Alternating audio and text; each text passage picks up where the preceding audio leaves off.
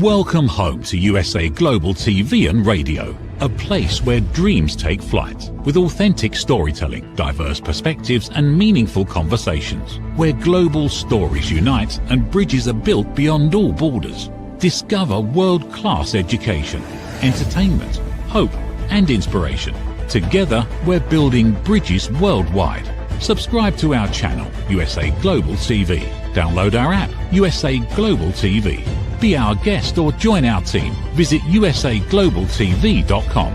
Thanks to our founder and executive producer, Dr. Jacalyn Kerbeck. Music score by Yeffy Tang from Cloud Road Music. Voiceover artist Mike Porter. Creative direction by Paul Garcia. USA Global TV and Radio. Your home for global connection. All rights reserved. This video and its contents are the exclusive property of USA Global TV and Radio. Unauthorized use, duplication or redistribution in any form is strictly prohibited. What happens when you have no topic, no script, and two professional broadcasters who are used to hosting thousands of shows? We're going to find out today on Dr. Jacalyn Unscripted with my co-host and dear friend, Mr. Roland Friedl. Let's bring him on. Hi, Roland. How are you today? Hello, Dr. Jacalyn. Great to see you. I'm fine. Hello to our audience. How are you? I'm doing well. Thank you. And happy Father's Day to anybody out there who is celebrating. I found out from you that you actually had Father's Day last week. Yes, I found out that every country is different because when I had my Father's Day last Sunday, I was in Germany. And they told me that the Germans have done on Thursday, so everyone is there. But anyway, Father's Day is every day because my kids are there every day, so I'm fine. Oh, that's beautiful. That's beautiful. So, Roland, a question that I have before we get into who knows what, because we have no script, is when I talked to you about doing this show with me, Unscripted, what were some things that came to mind? Were you thinking, wow, this is pretty cool, or this could be nerve-wracking? What did you think? When you came over with this idea, I was really excited because, first of all, I love to do shows together with you. It's always fun. It's always, I always can learn from something. But when you came over with the title, Unscripted, so meaning there is no script, there's no preparation, because we are both very structured people, you know. I said, this is going to be fun. And, you know, I love to be structured, but I also love flexibilities. I love surprises. I love to to enter new fields, going into rooms I've never been before, and try to feel comfortable there. So I feel challenged and I love it. Well, it's always fun. As you mentioned, we have done so many shows together over the years, and you've done hundreds and hundreds of episodes here yourself. So thank you for taking the time, because it is a Sunday. You could be doing something else, and I appreciate you being here. Yeah, actually, yes, it's a Sunday. It's very warm. We had a storm here before, a lot of rain, so humidity is very, very high, but all good. And it's an honor and pleasure to be part of the USA Global TV and Radio family. And I love to do a show together with you. And I have my first question. I was thinking about what could be a question today. And I thought, we've been working together for about 5 years, doing hundreds and thousands of shows. And you do a tremendous job, by the way. And I know that, you know, as a woman, you know, it's not always easy in a business field. We all know that. I don't know if I can say so, but, you know, entertainment industry and broadcasting is part of entertainment industry. Is sometimes really what we call a shark tank. So as a woman in this business, how do you stand your ground? And what was beginning? Did you have some people who said, hey, no, don't step in or leave away? Or how was this started? How was in your mind? Well, thanks for the question. And I also want to share that last year, you and I got to meet in person in Vienna, which was fantastic. There's nothing like meeting someone that you've been working with. And of course, we are friends and you're a mentor. So again, thanks for taking this journey. I feel like, Roland, when I was in corporate up until 2020, I know I was very insecure. And I never felt like I was really adding any value, especially in team functions, because it was always the men who were speaking and commanding the room and the floor. And many times I had ideas, and it's not anyone else's fault. It's really mine. I wasn't really expressing what my ideas were. And then when I retired, because I was going to be doing life coaching and simultaneously my mother got dementia, I went in a completely different direction. And through a radio show and then through a TV show in person, and my journey brought me to where I am today. And I'm very different than I used to be. And when I first started this journey 5 years ago, there were plenty of people who did not believe in me, who actually thought I had some kind of mental problem. I was going through a midlife crisis. It was menopause. It was any number of these things. And I really believed, because of the fact that I've done so much work with the Crohn's Colitis Foundation and I have ulcerative colitis, I feel like no one was really listening to me.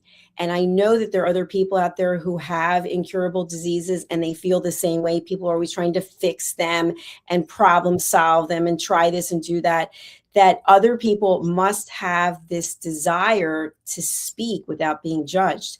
So as the years have gone by, people like you have stood by me and said, you know what, I believe in this.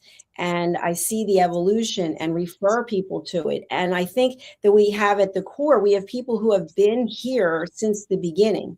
And then we've had people come and go, which is how life is.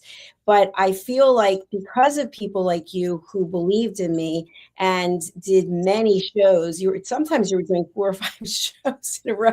I mean, now you still have on a Tuesday, you're doing It's Your Healthy Lifestyle. You're doing the other 2 German shows that you have, and you're a producer here. So you're producing someone else's show. That's a lot. That's a lot of time to give. So yes, absolutely. There were people who did not believe in me. There were people who literally stole from me. I signed contracts with and they didn't deliver. And then I choose to focus on people like you who do believe in me. Thank you. First of all, thank you that you really stood your ground all the time. And because we strongly believe that we really bring value to our audience with these different topics, with different shows, with different hosts.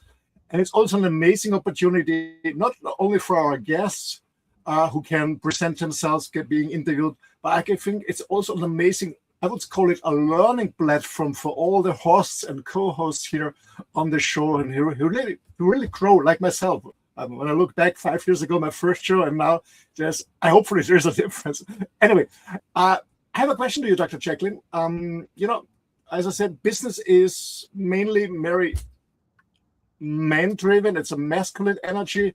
I also know that it's also good to have some female energy, like being creative, being communicative. And I also know that you're not only a role model for myself and my colleagues, but also for our audience, especially for female ladies, to say, "Hey, this is really cool what Dr. Jacalyn is doing. I want to start also my business. She's an inspiration for me." So, for our female audience, especially, what do you think are the main female qualities that helped you in the business, and what kind of masculine qualities did you try to adapt to stand the ground in the business?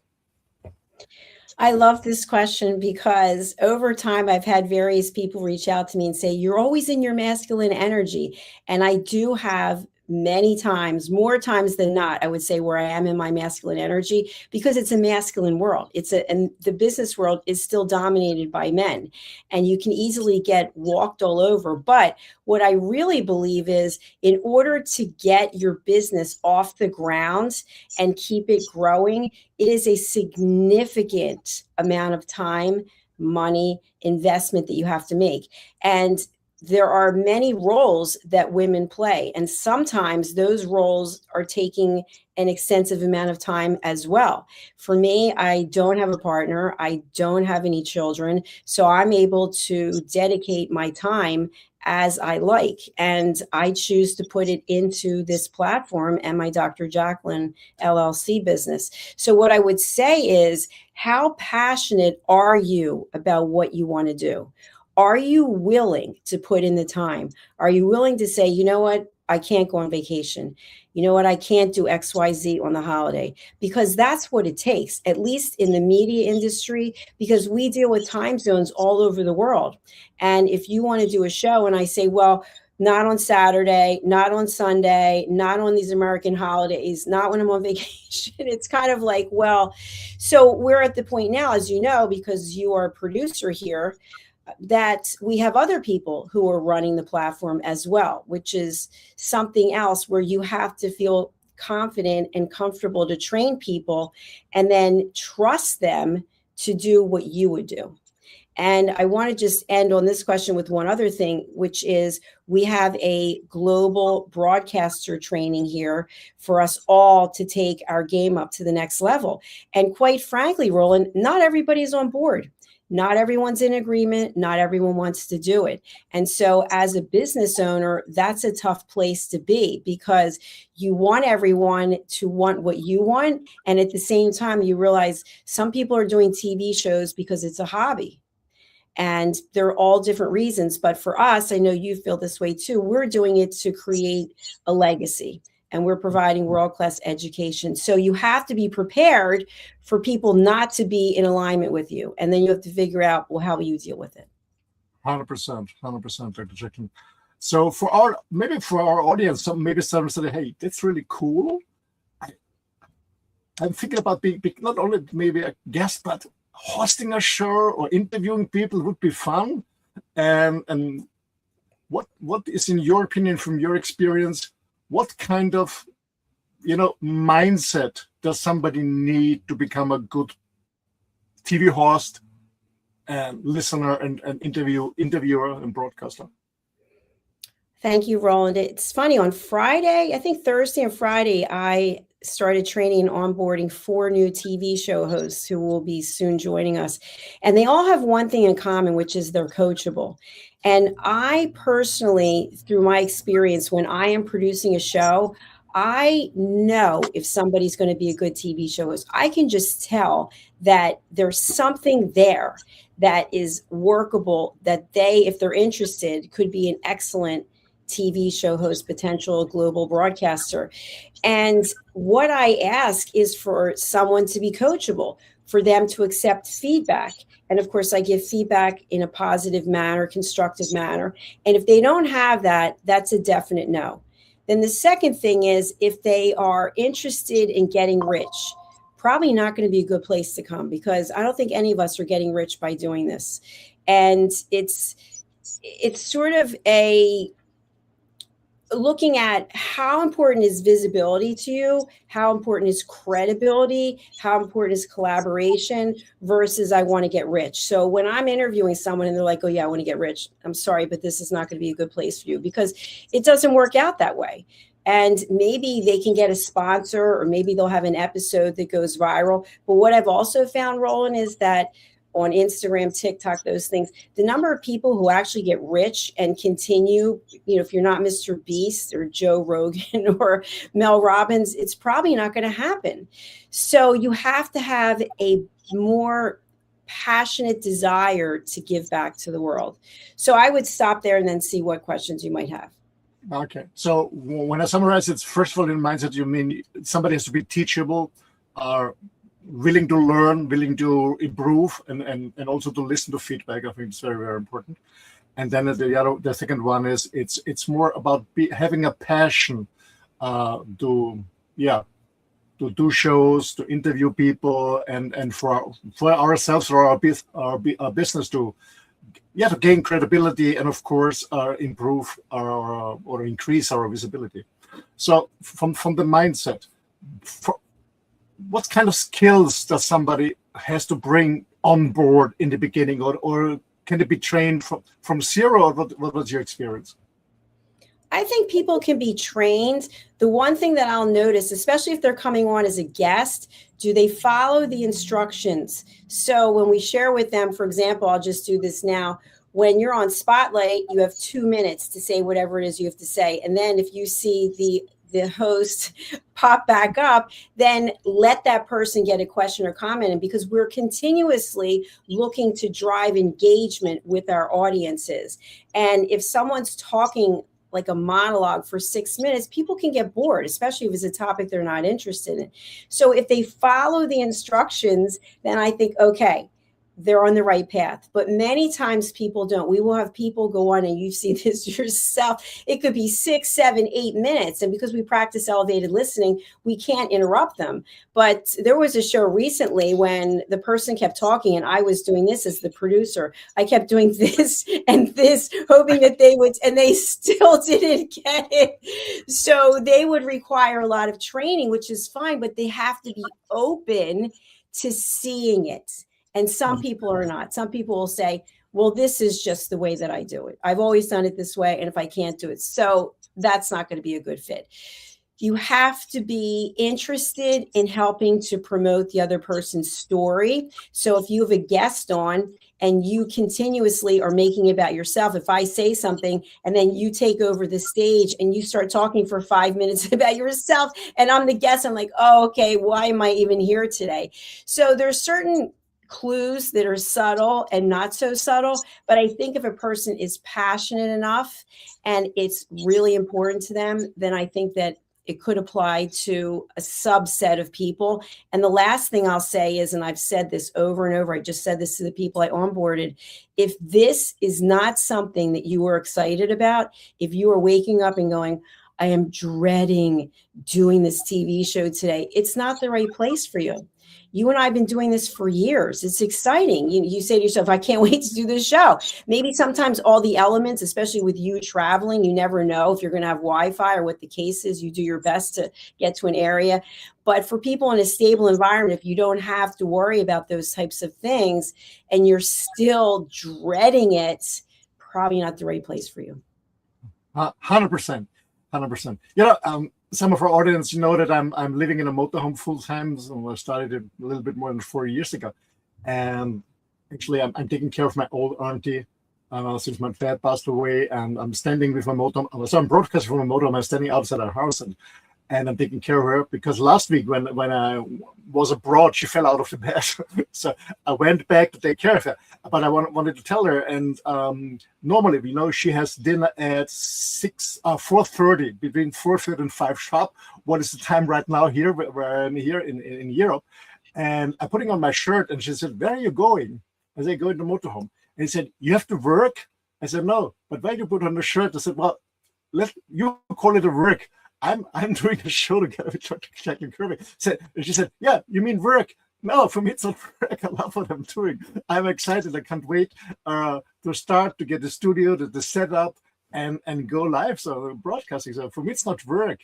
I love what I'm doing. And as you said, I'm just excited when it's time to go live. 100%.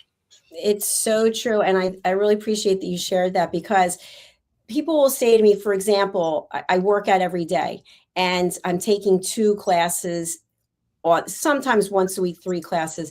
And on Thursday, I can only take 1 class because I'm producing a show and then leading a coaching session. And I've had people say to me, oh, it's so sad that you have to work after you're working. I'm like, no, I choose to. I pick the schedule. I'm on this show. I choose to do it.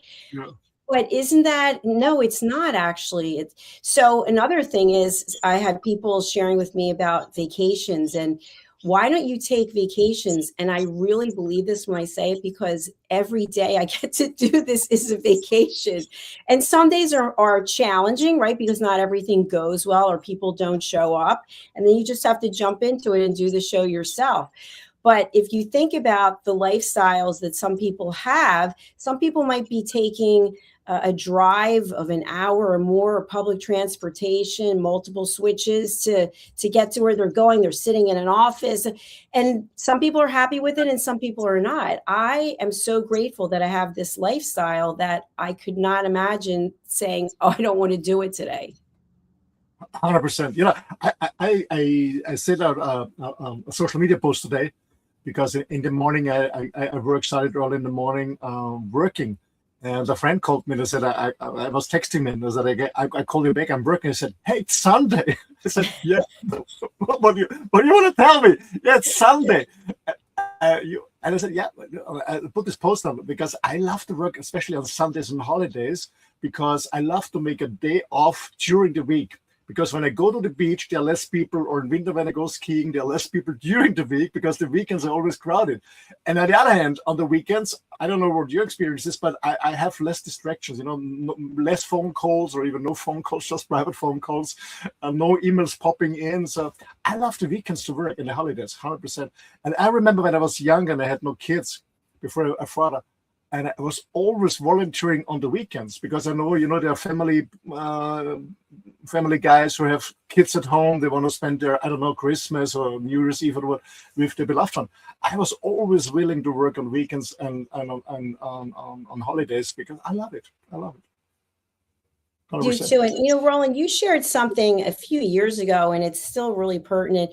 People will say, I've got to make it to the weekend. I can't wait to get to the weekend. Or I've got to go on vacation. And when you're living in that kind of mindset, under that kind of stress, when you get to the weekend, whatever you had during the week is coming with you. Hello. When you're going on vacation, you're taking it with you. And then people will say, I need a break from the vacation. And it sort of never ends. Can you just talk to us, as we're unscripted, about that mindset and how important it is to be able to be happy where you are at any given moment? 100%. You know what came to my mind is there was a song by the Boom Down Rats, I Don't Like Mondays. And I would say, if you don't like Mondays, maybe you're in the wrong job. For me, it's very, very important that what I'm doing, I have a passion for it. And of course, not everything, as you mentioned before, not everything is fun in our job, in our business. There are some challenges or some issues we have to deal with, and we have to sort out problems. Of course, it's not always fun, but I try to make it as fun as possible. And the other thing is, I only do things that fit into my lifestyle, not the other way around. I know most people do the other way around, career, money, and then try on the weekends or for vacation to have some kind of lifestyle. I try the other way around, which makes me much, much happier. I feel much better. But for me, the mindset, you're asking about the mindset is, I think for me, what I always say is when the why is strong enough, I always repeat this, because when the why is strong enough, when I have a purpose in life, when I have a purpose in what I'm doing, what really drives me, so I can't wait to get up in the morning and start whatever I have to start. I think then I'm in the wrong job or in the wrong business. And I see that so many people are doing things that just do it because maybe there have been some expectation from their parents to step into the same business or in the same job. I did it a few times, to be honest, that I started some businesses just because of the money, but I was not really convinced that it really fits to me, and it was always a failure. This was a learning for me. And my learning is, first of all, I have to be, it's my mindset. It's not my skills, it's my mindset. Meaning, does this fit into my belief system? Does this believe into my values that are important to me? Does this fit to my goals that brings me my life goal or my vision closer? Does this make me happy? Again, it doesn't mean that everything is fun in the business what we're doing. But as an overall, this is the most important thing. And I think most people don't know really what they want in life, because, we go to school, we go to university, and, especially in the US, it's a hell of money that you have to pay for the university. Or same here in Europe, you start a business, you go to the bank, you borrow money, you have to pay it back. And then, the rat race is starting. And then it happens very easily that you forget about your dreams. And this happens to many, many people, that they forget about the dreams, and then they're in the rat race, and no wonder that they break down one day and have a burnout or whatever. I never had a burnout in my life because I love what I'm doing. Absolutely. I agree with you. One thing that comes to mind, did you see the movie with George Clooney, Up in the Air? Yeah. When he was hired to fire people, yes. To hire to fire people. And there's one scene with a famous actor, and I can't think of what his name is, but basically he fires this guy, and the guy gets really upset, and Clooney in his role says, when did you give up on your dream of being a chef? and he's looking at his resume, and the other guy starts talking about it. And that's what happens, I think. And that was a great depiction. Someone gave up a dream. They're working the restaurant business and then decided to go into this corporate role and just decided they needed the money. There were always bills. And instead of pursuing something, because we want everything right away, and it doesn't happen that way, especially when you have your own business. You are in that business day and night until a certain point. But people give up on their dreams because they made a promise or commitment to take care of their spouse, of their children, of whatever it is. And there's that feeling inside that I'm dead. I don't feel alive anymore. I'm just going through the motions. And I think that's when we get to the point and we say, I can't wait for the weekend, or I can't wait to go on vacation. And then you realize you're with the same person that you're with day and night. Now you're on vacation with them. It's like, oh my gosh, now I don't have my work. I've got to get back to my work so I can hide in that work instead of pursuing our dreams. And you and I feel very blessed, especially with you when you left Mallorca and you went out on your own. And obviously you have overhead and expenses, but you're making the shots, you're making the decisions, you're completely in control of where you're going and what you're doing. And I really admire that. Yeah, to be honest, it's not. I don't always make the best decisions, but I learned it's better to make a bad decision and change it later instead of not coming to a decision. Because most people are really scared to make a decision, and they're hanging around, in the air. It's not go no left, right, up, down. They know where to go, and then they realize after a year or 10 years they're still on the same spot. They're not moving. But I love to make decisions, and to be honest, not all of them have been good ones. So there have been good ones that brought me a lot of joy and fun in life, and there have been the bad ones, and I wouldn't call it bad ones. There have been my learning ones that made me a better version of myself. Yeah, 100%. Roland, one thing that I want to kind of segue into, because you and I do, it's your healthy lifestyle, and I think that this fits in with what we're talking about. There may be times in our life when we feel like we're going to live forever.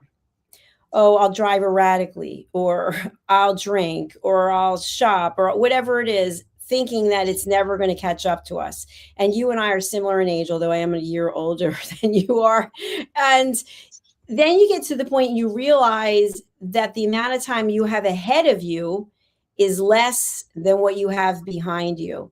And so you start thinking about your health, and you start making decisions, and you're very conscientious about it. And so my point, when you're thinking about dreams, for example, we can go all in. For example, anybody out there working in a corporate job or working in something that they're not enjoying, they could say, you know what, the heck with this. I am going to start my own business. I might not have any income coming in. I'm just going to go all in, and I'll see what happens. And it might be the same thing with health. You might have been living a certain way, and now you're going to go the exact opposite way.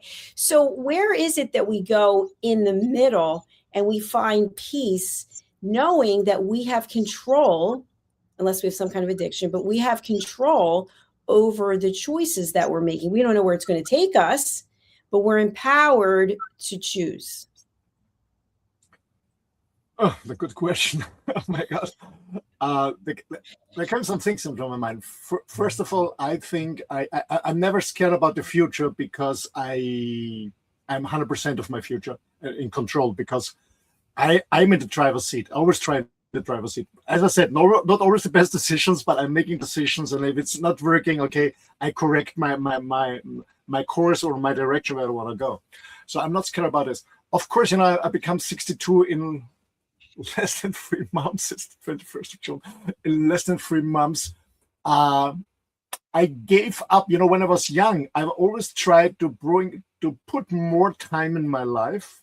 What changed the last, since beginning mid-40s, when I moved to Mallorca, I changed this totally. I started to give more life into my time. So with almost 62 right now, I enjoy life. I don't think about the end. I don't know when it's coming. It can come today, tomorrow, next week, in 10 years, in 20 years. I have no idea. I try my best to stay healthy and fit. We both notice that's why we're running It's Your Healthy Lifestyle, where we share our personal experiences, how we stay fit and healthy. But I don't worry about getting older. Of course, I realize, I did a heavy workout yesterday, a really heavy workout yesterday. And oh my gosh, in my 20s, the recovering was a little bit quicker and easier. And I also made a photograph yesterday. I made a break and I went for a swim, and I wanted to send a photograph. I was reading a book and I was sending a photo, or I wanted to send a photograph to my partner because she's working this week hard. And I tried to make a selfie from my behind, and I said, oh my gosh, my hair is a little bit thin. I was always so proud of my hair. Oh gosh, I'm getting older. I'm getting older. This was a little bit challenging for me mentally yesterday, but at the end, I try to give a lot of life to my life, a lot of life to my time. A lot of life to my time. So I give everything, no matter if I'm broadcasting, writing books, coaching people, or doing my workout, or spending time with my friends. I always try to be 100% present, 100% there, and that's my goal. Everything is a little bit slower, but the fun is still there. I'm still the crazy guy like I was in my 20s, but it's a little bit slower. And as I said, the recovering takes a little bit longer. Yeah, excellent point. Excellent point. I'm glad you shared that. I found that I'm working out harder than I used to. I've always been working out since I was 14 years old, and I've never been kind of just cruising through it. I've always been pushing myself. But as we get older, it is more challenging because I'll have on my Apple Watch, and we're supposed to be running in zone 4, and it says zone 5, which I think is the highest. It's all the way at the end. I'm like, oh my gosh, like I guess I better calm down, like slow it down. But then the watch quickly comes back to zone 2 or 3. But you think about these things. You think about, oh my gosh, like what if I fall off the treadmill because I already fell off last year? What if your heart stopped? All these different things. But you keep pursuing because you've gotten yourself to a certain point where you know how to take care of yourself, and if there are warning signs, and it does take longer to recover. So today, for example, I am not working out. I want to work out, but I said to myself, if you did 2 classes every day except for Thursday, since Sunday, you need to take today off. But mentally, I want to go and work out, but I know it's for the best. So I want to share a little something about yesterday, since you shared your yesterday. I had a very productive day, and I also put on some headphones when I was working, and I was listening to some really cool music, and I kind of was bebopping around and having fun. Then I went and worked out. Then I got my hair colored. Then I went and did some errands, and I ended up back here at home around 3:45. And I said to myself, well, what are you going to do now? There's nobody here. It's Saturday night. And I was just highly aware of the fact that I gave up Chardonnay, I gave up sugar, because there's restaurants right across the street, excuse me, I could walk across. And I thought, I'd really like to go and listen to this little combo that they have and get the Parmesan crusted chicken with the macaroni and cheese and Chardonnay. I mean, it literally brought a smile to my face. And I got my hair done and I'm ready to go. And I thought, oh, I guess I'm not going to go. And I was kind of sad about it. And I thought to myself, there's no one here to tell you you can't do it. No one. You don't have to check in with anyone. No one's going to know where you're going. You can go and do it. But I didn't do it. And I don't know if that's the right answer or the wrong answer, but it's kind of like, and I'd love your feedback on it. We get so in doing a healthy lifestyle, you get so ingrained in what you're doing that I think to myself, okay, now it's day 153. I really don't want to count any days anymore. I mean, I just want to say, okay, I'm just going to live my life, but I'm so structured and disciplined. It's kind of like, is that failing by saying I will go over and have the macaroni and cheese and some Chardonnay? I don't know. What do you think? Well, sometimes I have sometimes I have things in my mind like you, when I'm here alone in the motorhome, and I thought, oh, it would be nice to have chocolate or ice cream. Yeah, I have the same. And I think it's natural. But we are both strong persons, we're both very structured, very disciplined. And I think the real character, the real attitude shows when nobody is watching. When nobody is watching. And yesterday, I I try to do 15,000 steps a day, an average over the whole year. So sometimes more, sometimes less. Last year, 10,000 on average. So this year I said, okay, 15,000 was 50% more. And yesterday I didn't make it at all for different reasons. There was a lot of work to do. And I had a conversation late night with my partner. And I told her, oh, how are you? I said, well, I'm okay, but I didn't make it. And she said, who cares? You don't have to prove. I said, I care. I do it for myself. I don't put it on social media. I don't do it public, or nobody can follow me on this. It's for me. It's just for me.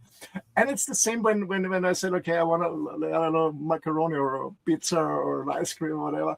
Of course, I have the same craving sometimes, to be honest. I would say I'm not 100% disciplined, so sometimes I really go for it and sort of, what the heck. It was an amazing day. Okay, let's enjoy an ice cream without any regrets, just enjoying it, just don't feel guilty, just enjoying it. And next day it's done. But yeah, I love to be disciplined when nobody is watching, because I think this is really strengthens your character, and 100%. Yeah, it's good. I love it. I agree with you. And thanks for sharing that, especially about the ice cream. I think, like, for me, I have no problem with the structure and discipline, because again, there is no one to check and see what I'm doing. And even if there was, I don't think I'd care anyway, because I'm very, very set in my ways. But I guess what I'm wondering is, do we continue going through life where we give up what we can find enjoyment for, even though it's temporary, just to stay on the structured and disciplined path? Because there is something to be said. Let's say that it wasn't just me. Maybe I was meeting a friend, and then you're having a conversation and it's over a meal, and then you have this great memory. Or maybe it is just me and they're playing this little combo music and I end up talking to a couple people, and you never know. But you do know when you're sitting by yourself and you're not doing it, you know what comes out of that, which is basically, okay, I'm going to go back and maybe I'll start writing my next book, which is what I started doing. So my question for you, because you coach people all the time, is when do you say, okay, I will give myself permission to do this without checking with anyone, and it's okay? Well, I don't have a general answer for that. Some people say, especially in the fitness industry, okay, once a while have a cheat day. I don't call it a cheat day, because it's not cheating when you say, okay, I do it and I enjoy it without without feeling guilty, as I mentioned before. Well, I don't know. I don't know if is there a rule once a week or once a month. I don't know. I think it's, for me, it becomes less and less important that I have an ice cream or whatever it is. And what helps me is, when I have some kind of craving, a sugar craving, chocolate or an ice cream or a pizza or a bus or whatever it is, what really helps me is that, for me, it's saying no is most of the time easy, because I say no to something that is not good for me. Because everybody knows that ice cream is a sugar bomb, or pasta is a sugar bomb at the end, in your stomach. I say no to something that is not good for me. I don't say no to meet friends and have fun. I don't say no to have a nice walk on the beach, a nice break. I don't say no to have a good time with my partner or whatever. I just say no to something that is not good for me. And when I started to understand this, that this is not really good for my body, maybe it's a short-term pleasure, but it's not good for me staying fit and healthy in my 60s. It's easier for me. And that's what I tell my clients. Because sometimes, I remember I was at a gas station 3 years ago. And it was a hot day, and I put them some ice cream, some manufactured ice cream, and I bite in. It was quite expensive, by the way. So I had a bite. I said, "What's this?" And I threw it away. And the guy at the gas station said, "Why are you throwing it away? It was expensive." I said, "Yes, but it's not good for my body. First of all, it doesn't taste well, but it's also not good for my body. So I have no problems to stay away from things that are not really 100% supporting my health and fitness. So that's easy for me." Yeah. And I think that's basically what it comes to for me as well. And then the other thing, I don't know if you're like this or not, but I'm very much about do this, get that. So put in the work and get the reward. So to me, as I keep track of the days, even though I really don't want to, but I know the 18th of every month is another 30 days that I haven't had any alcohol or sugar. It's kind of like, well, if I do have it, then the clock stops and it's got to start all over again. It's exhausting with the counting. So it's kind of like it becomes a way of life. And yet at the same time, it's not about being rewarded. It's a lifestyle. So you move into just accepting, well, this is who I am and this is how I live now. And I think for some people that is an uncomfortable thing, because food, traditionally, if you think about various cultures, people celebrate things with food. It brings people together. And when you don't have that anymore, for me, I eat the same exact thing every single day. It's this, it doesn't change. So I'm not going to be like, oh, would you like to come to my house for a dinner party? I'm serving a smoothie. Like that's it. Like that's all we're going to have is frozen blueberries and unsweetened almond. No, I don't think so. I'm not going to go out to dinner and say, do you have a blender? I brought my frozen berries with me. So it does change the way, it has changed the way that I live my life, because I used to go out to dinner quite frequently. So I guess it's just a matter of adopting new habits and adapting to the new lifestyle. Yeah, 100%. But you know, when you mentioned like Jacalyn rewarding, and I think years ago I was thinking, okay, I did this and this and this. I did my to-do list. I finished a project on deadline or even before. I reward myself with a, I don't know, glass of wine with a cocktail or ice cream or whatever.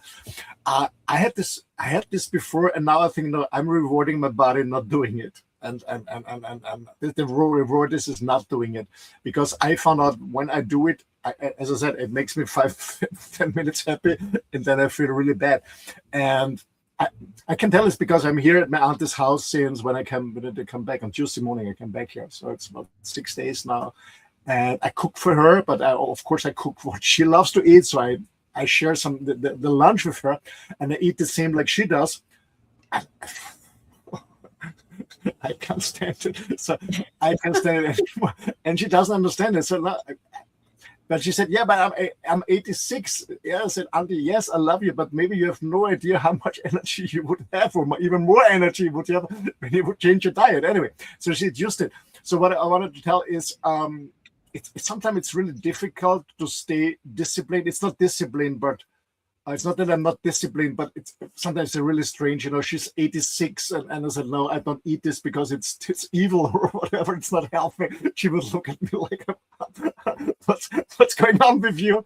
I'm 86. I'm still alive, and I always had this for years and decades. So sometimes I eat this stuff with her. Not every time, but sometimes I do it. But what I say with rewarding is, I learned to give different rewards to myself. And I said, okay, I reward myself to make a longer break and make a longer walk with my dog or stuff like that. That's what my rewards are. But I know, as you said, you know, food, or let's say eating has a total different meaning than he had thousands of years ago. Thousands of years ago, it was just surviving. We've been starving, we've been hunting, and one day we've been lucky we had some food. Other days we hadn't luck, so we had to starve. So it was really from a survival mode to still keep going, our system, more and more in a social one.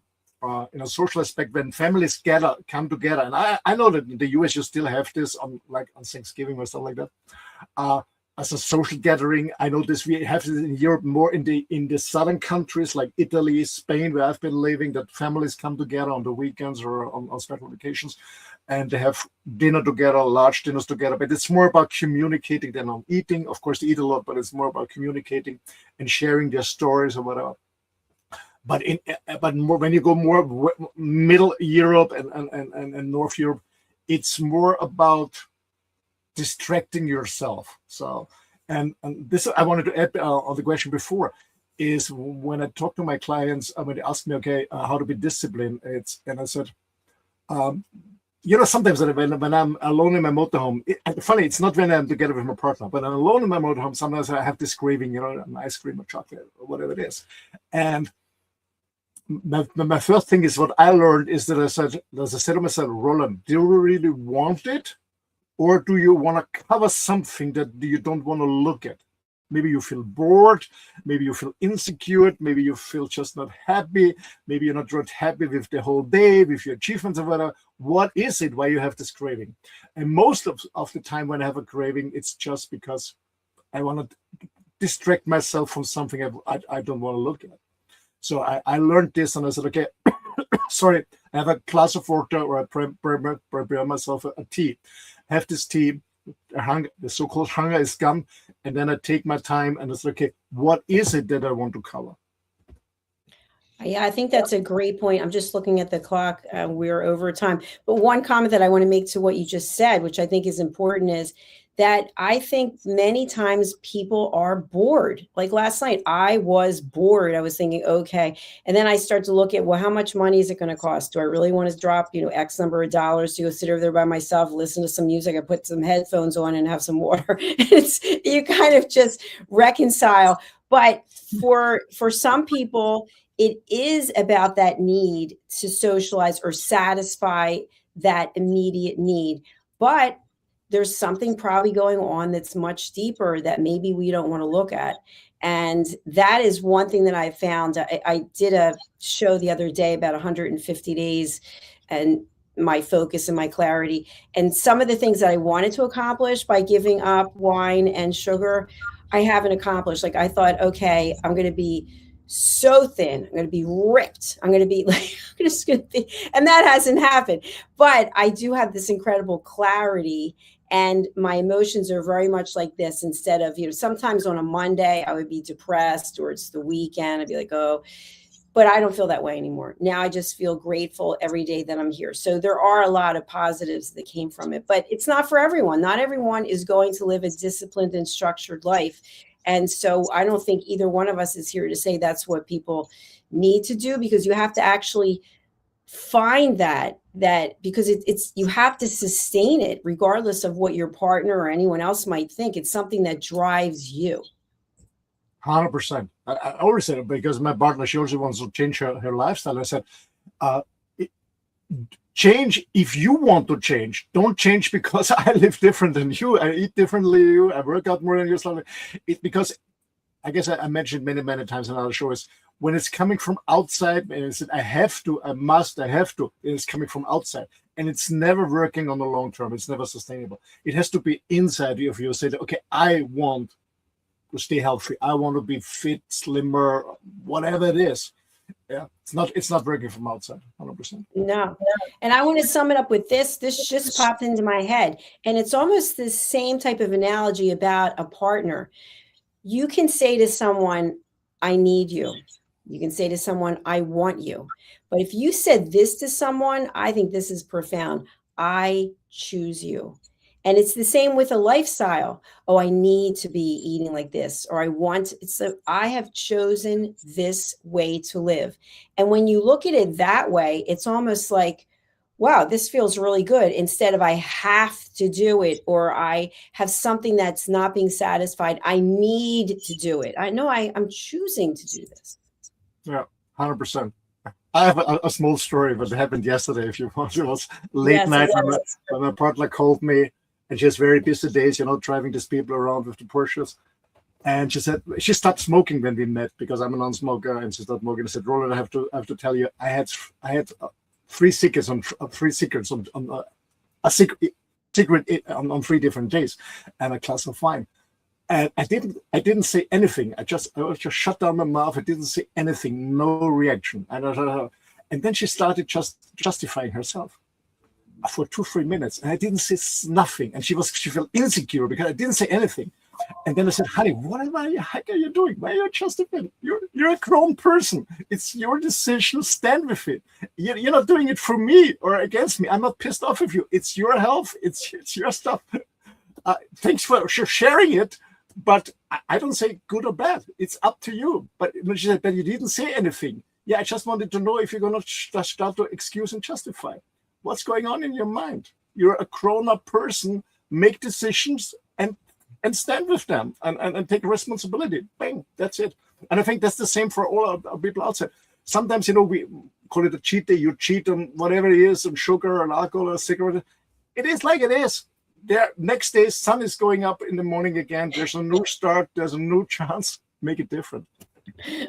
I love the way you handle that also, because if we're looking for someone to validate and say, hey, why not? You've earned it. You deserve it. You're working hard. You're away. I'm not with you. Yeah, go ahead. That's one thing versus, well, when we get together, you better not be doing that anymore because I don't know, whatever it is. It's kind of like, yeah, you made the decision and do it. But many times people are giving unsolicited advice, or they are reprimanding someone, or they're judging someone. I think the way you handled it was outstanding. That's me. Thank you. Yeah, exactly. So, Roland, if you would tell people about your own TV shows as well as the work that you do off this network, I think that would be really helpful. Yeah, thank you. Well, Unscripted, of course, we do once in a while, and I really love the show. On Tuesdays, noon East Standard Time or 6 p.m. Central European Time, It's Your Healthy Lifestyle, where Dr. Jacalyn and myself, we share our own experiences as non-medical professionals, how we stay fit and healthy, as we are, in fact, are. And then I do 2 German-speaking shows on the Tuesdays. One is the Macher Talk, in English, the Doer Talk. It's more a business-related talk show. And then an hour later, the so-called Mutmacher Talk, the Encourager Talk. Here it's more about inspiring people, encourage people to live their own truth, whatever it is, and find their purpose in life. That's what we do here. Yeah, and my own work is I support people, I mentor people, I inspire people who want to go their own way and find their own truth, whatever it is, in business related or health related or personal related and personal growth. I have a large experience, and very good friends of mine who are in the same industry, they always say, Roland, you're not a coach, you're a successful businessman who share his experience, nothing that he heard or had read somewhere. You share your own experience in your life, how it works, and that's what I do with my clients on different levels. So yeah, just on my website, my new business is starting. I do AI coaching for small scale enterprises, help them to be more productive and more efficient with AI. I'm writing books and stuff like that. Yeah, a lot of stuff, but most of it's here on my website, rolandfriedl.com. And if you want to contact me, you're more than welcome. Use my email. It's here on the banner. Or if you just don't see the screen, it's office@myname, rolandfriedl.com. You're more than welcome to contact me. Thank you. Thank you, Roland. It's been an absolute pleasure. And I look forward to seeing you on Tuesday for It's Your Healthy Lifestyle. Exactly. Thank you, and hello to our audience. And don't forget, if you haven't done, subscribe. Dr. Jacalyn will show you the channel so you don't miss the show, and you can always see the recordings if you miss something. Thanks you. Bye-bye. Thank you. Bye-bye. Thank you so much for watching Dr. Jacalyn Unscripted. I truly appreciate it. We have over 60 different shows. Some are live, some are in the archives over on our YouTube channels. So take a look there. Also, please follow us on Instagram, Facebook, and LinkedIn. You can look for Dr. Jacalyn and or USA Global TV and Radio. Are you thinking that you'd like to join our team as a TV show host? Do you think you have what it takes? Well, we'd love to hear from you. Take a look at this promotion, and please feel free to contact us via the email in the promo. Bye for now. People are searching for experts every day. Are they finding you? Or are they finding someone else? Every day, professionals are building authority through media. We've already built the platform. USA Global TV and Radio. Over 14,000 shows streamed to over 60 countries. This isn't about becoming famous. It's about leverage, visibility, credibility, opportunity. One interview, one conversation, one show, repurposed into content, connection, and business growth. Most people assume hosting a TV show requires a studio, a production team, and a massive budget. Our television packages begin at $1,500 US per month. Professional production, global distribution, replay visibility, built for voices with something to say. I'm Dr. Jacalyn Kerbeck, and if this resonates with you, we should talk. USA Global TV and Radio, all rights reserved. Contact us at info@usaglobaltv.com. How much of your value have you been giving away? Saying yes when the answer should have been no? Lowering your price to secure the opportunity? Giving more while receiving less? Over time, it adds up. Until one moment brings clarity, you've been giving away your value. This is not about working harder. This is not about doing more. It's about boundaries. It's about pricing. It's about respect. From Dr. Jacalyn Kerbeck comes a direct and necessary message. Stop over-delivering. Stop underpricing your expertise. Stop negotiating against yourself. Because when you recognize your value, everything changes. Stop giving away your value. Boundaries, pricing, and the business of respect. Available now wherever fine books are sold and on Amazon. A film by USA Global TV and Radio. Executive producer Dr. Jacalyn Kerbeck. Videographer and cinematic production Paul Garcia. Voiceover by Ed Wargas. Stop giving it away. Start owning it. Thank you, viewers and listeners of USA Global TV and Radio, for joining us today. We're honoured to have your time and attention as part of our global community. At USA Global TV and Radio, we believe in the power of authentic conversations, meaningful connections, and creating a world of possibilities together. Want to be part of something bigger? Join our team of elevated listeners at usaglobaltv.com, a space where your voice matters and your ability to listen transforms relationships. Stay connected with us across all our platforms for thought-provoking discussions, expert insights, and empowering stories. Subscribe to our channels at youtube.com/c/usaglobaltv. Follow us on social media and explore the endless opportunities we're creating for growth, learning, and inspiration. Together, we're not just broadcasting, we're building bridges and changing lives one conversation at a time. For inquiries, contact us at info@usaglobaltv.com. Produced by Executive Producer and Director Dr. Jacalyn Kerbeck. Voiceover by Mike Porter. Creative direction by Paul Garcia. All rights reserved. Visit usaglobaltv.com to view our full terms and conditions.